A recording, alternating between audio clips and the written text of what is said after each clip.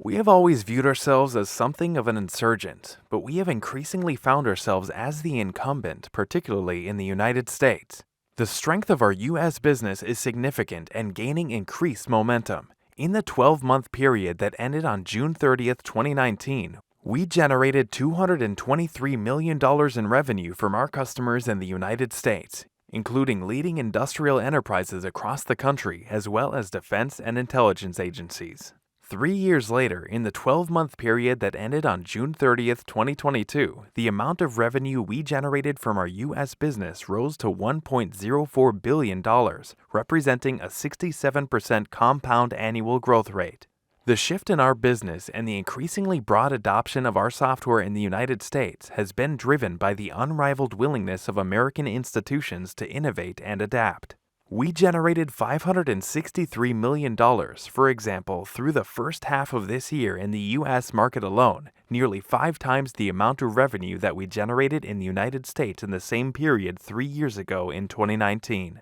While most companies are content with addressing the idiosyncratic needs and inefficiencies of select customers in a subset of industries, the market we seek to address, particularly among the world's commercial enterprises, is essentially unlimited.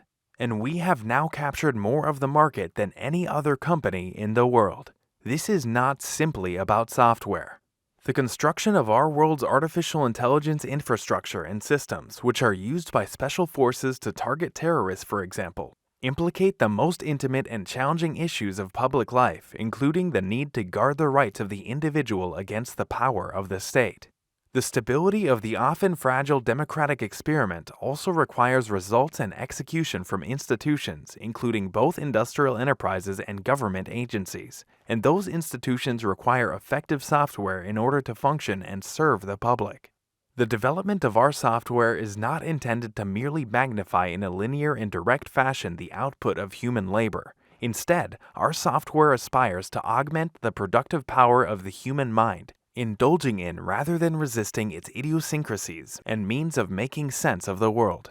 The most significant arms race of our time is to construct the next generation of artificial intelligence. But the blind pursuit of analytical dominance without a willingness to impose one's values on that which is being built, to subjugate software to one's will lead to little more than a shallow and short-lived triumph.